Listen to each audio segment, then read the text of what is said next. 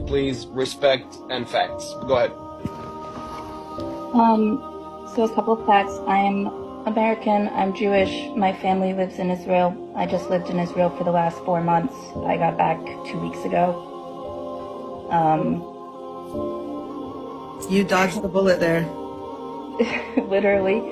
So what I think everyone who's never been to Israel and to Palestine don't really understand. You don't really understand until you go to the territories around the West Bank and around Gaza, and you're close up and you see the wall, and when you see the surveillance, and when you see cameras pointed towards the settlers, just a couple, and then you see thousands of cameras pointed towards the West Bank and to Palestinians, and those cameras are pointed into their homes, like not just the streets, not the public areas, straight into their homes, into their backyards, on their rooftops.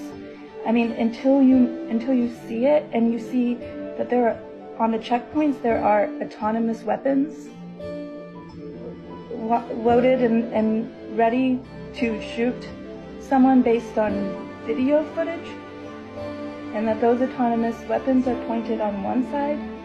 Like, I don't think people understand what occupation means. And I don't understand because I haven't lived it. I have only looked at it from a distance.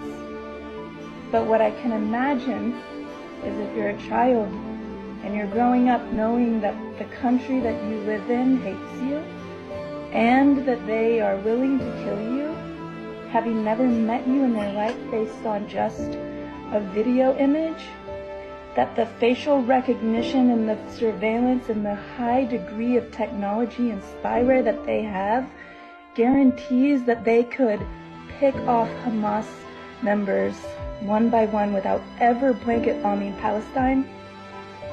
There's no way that this level of intelligence that Israel has doesn't dictate that what they're doing is massacre and it's genocide, and that the occupation is inhumane, and that it's not based in religion, it's not based in who was there first, and it's not based in a tit for tat.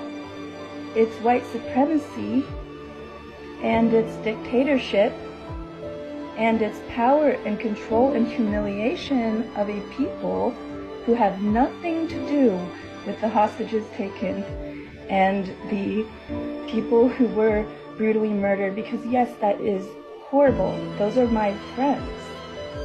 Like, those are people I know. Like, I still have a family member who's missing, and we're giving DNA trying to figure out where they are. We don't know if they're dead or alive. But then also I have Palestinian friends who don't have water, who have for years and years now lost loved ones and children and have given birth at checkpoints, and who have been humiliated and dehumanized under an occupation and an apartheid, that if you are a child who grows up in that, why would you not fight for your dignity or stand up for your freaking rights? And if it's about who was there first, then America needs to take a good long look at the reservations that we put all these things Americans into, and the poverty that they live under. If it's this land belongs to whoever was here first, then we have a big reckoning to do.